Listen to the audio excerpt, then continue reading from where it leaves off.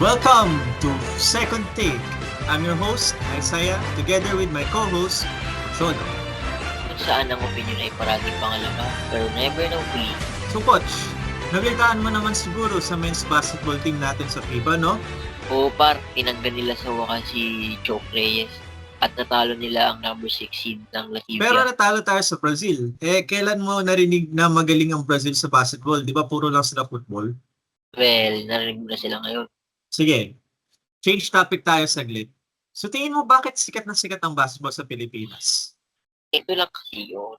Nagsimula yan dahil sa mga Amerikano taong 1910 nung inintroduce ang basketball sa atin as a women's sport. As early as 1930s, marami nang naglalaro ng basketball. At taong 1924 naman, establish ang National Collective Athletic Association or NCAA. At basketball ang isa sa main sports nito. Noong 1936, naging part tayo ng FIBA. On the same year, nag-place tayo sa Olympic basketball. Still the best finish ang isa sa Asian country by far. At sa taong 1954, nang matalo tayo laban sa Bulgaria at Puerto Rico, nakamit naman natin ang ginto sa FIBA Asia noong 1960s, kung saan inaugurate ito sa Manila. Ang pinaka-importanting pangyayari ay ang pagbuo ng PBA or Philippine Basketball Association noong 1975.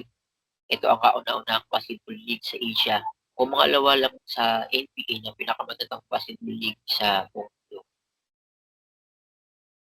Ever since then, patuloy nang sumikat ang basketball sa bansa natin. Maraming Pilipinong naglaro nito, umabot na kahit sa mga kanta at iba pang media. Narinig natin yung basketball ng FIBA Hot Waves ba? Yung i-shoot mo na ang ball, di ba yun? Oo, yun nga.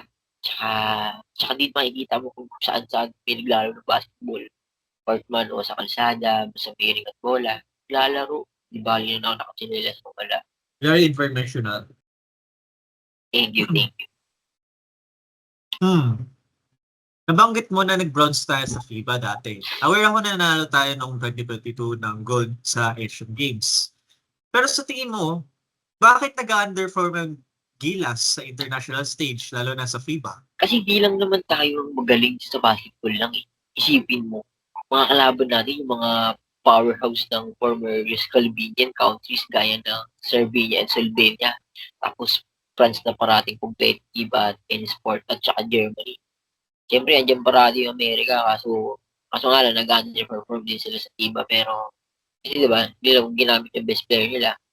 Wala na rin silang pakihalos sa FIBA Olympics lang sila may paki. Yung binanggit mo ng mga bansa, tulad ng France at Germany, di ba mas kilala sila sa football kaysa sa basketball? Tapos mas magaling pa sila kaysa sa atin? Well, first of all, mayaman na bansa sila at ang ganda ng structure nila sa mga sports. Kaya halos lahat ng sports na nagko-compete sila, tayo, pinapag nga lang ng private investors eh, ang mainstream natin eh. Paano kaya yung mga ibang sports na kulang yung funding? Paano kung dapat i-fund na lang yung ibang sports kaysa sa basketball? Unang Pilipino na nanalo ng gold sa Olympics ay si Heidelin Diaz sa 55 kilograms ng women's weightlifting. Tapos dalawang gold medal naman kay Carlos Yulo sa men's floor at vault. Ba't kailangan pa pagtuunan ng pansin ng men's team natin na nag-underperform? Well, first of all, I'm glad we're not the same room kay kasi man, bibig wasang kita. Pero dapat, every sport with other sports without necessarily giving up our love of basketball. Sa tingin mo, pinaprioritize natin ibang sport aside from basketball tapos nag-underperform din tayo dun. We should pull that from that sport also. Kaya hindi ko rin maintindihan yung opinion na yan eh. Dapat better fit for all player. Kaya representa nila Pilipinas sa international stage kaya we need to support them. Also never put the burden of funding or lack thereof sa mga athletes who had a better sport. Kasi sa last thing, we want to do is to pit our athletic against each other. So, bale hindi ka nag-agree na dapat i-relocate ang funding ng Gilas sa ibang sports?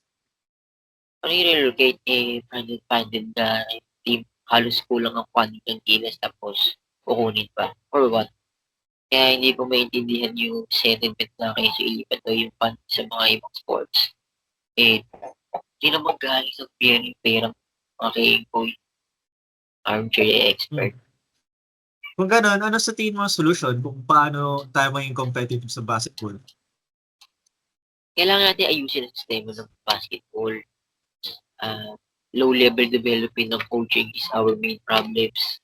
Yung mga college players natin, magiging stagnant na lang in development, tsaka naging celebrity na lang, walang proper development to the grassroots level. Puro sa laksa, at individual play, walang teamwork na maayos, saka kulang sa competitions. Isa din pala na ipo-point out ko na problema ay yung toxic na machismo. Pag di ka naglaro ng basketball, parang di ka na kompleto na lalaki. Parang ganun. Sasabihan ka na bading or lampa ka. Totoo na may issue ng ganyan kasi parang expect din na sa kultura natin na bawat bata marunong dapat basketball. Kaya naawa ko sa mga matatangkad na tao na nagtitripan kasi wala silang interest sa basketball. Sayang pangkad ko. Ganun. I think it's mainly due in the part our toxic trait of machismo that in our culture eh. Pero dapat, that's topic for another day. But I hope na mag-lesson yan. Punta nga pala tayo sa height. Di ba tayo nag-underform dahil sa height natin? Ang average height ng Pilipino ay 5 to 5'5". Lugi na lugi tayo sa mga batch na may height advantage. May sikreto na pandak tayo, kaya lugi tayo sa mga matatangkad na players ng ibang bansa. Pero tayo, yung mga players tulad ni Allen Iverson na 6-footer naging MVP at dinala team niya sa mga finals. Pero yun din ang naging problema niya kasi hindi siya nanalo ng kahit anong finals. Si Magis Bogis ng Charlotte Hornets naman, si Stephen Curry na 6'2" lang siya pero he's the best shooter for all time at saka may 4 na rings. Si Yuki Kawamori ng Japan, muntikan lang i-upset ang France sa game nila. Ang point ko lang, oo, napaka-importante ng height sa basketball pero marami ding magagaling na patangkad na players. Being short is gonna be hard pero hindi impossible. Like, isa lang na pwedeng maging kaisuto ng Pilipino, 7'3". Tapos isa lang naman din pwede maging Allen Iverson. So ano yung inaano mo dun? Exactly my point. Pero dadami yung chances na maging kasing galing ni AI pag maayos develop mga players natin eh. Basta puso and hustle, hindi lang height. Speaking of puso, sa tingin mo, bakit mahal na mga Pilipino maglaro ng basketball? Napakasimple ng laro ng basketball. Number 1 is very easy to set up. Kaya bawat kanto, bawat barangay, may mga naglalaro ng TV3 pickups. Most of the time, di mo kailangan ng sapatos. Maraming laro na kachinelas lang eh. Tapos, may impluensya ng Amerikano sa atin. Sila nagdala nito sa atin. Sa kanila din tayo na impluensya. Salamat sa NBA, di ba? Idol natin sila Michael Jordan, dahil Kobe Bryant, sila LeBron, Curry, KD, sino pa. Yung influensya nila, mga Pilipinong nanonood ng basketball was immense.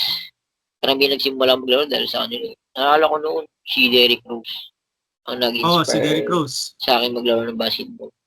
Siyempre, di din magpapatalo PBA, yung mga icons natin. Sila Alapag, Jaworski, Pigris. Sino-sino? Kaya siya nga din tayo ng hapon eh. Slam dunk. Tsaka, isa sa pinaka-importante sa lahat, yung sport ng basketball is a game of hope. So, too many that facing challengers circumstances, lalo mga may hirap, maraming kabataan, bibigyan ng chance ng mga pag-aaral dahil sa scholarship na dinadala ng basketball. Tapos yung mga malaking potential may chance na makuha ang additional scouts or posibleng mapabuti mo buhay nila. So, bali ano ang overall take mo sa discussion natin? Pwede naman kasi maging proud in sports without bringing other sport down. At the end of the day, we can support what we want. Kasi basketball is life. Well, for others, hindi naman okay lang yun. Pare-pero natin supportahan ng mga atletang Pilipino regardless of what sport. Don't hate dapat. Spread the love. Tsaka in addition, tsaka di na ng gilid si Joe Place, kaya magiging mahal ng lahat. Tama. So, ayun nga po, no? Magbabalik po ang second take after these messages. Susunod, pag-uusapan naman namin na kung paano minimake ng mga magulang ang goal ni Carlos Yulo after this commercial break. Kaya, tun ko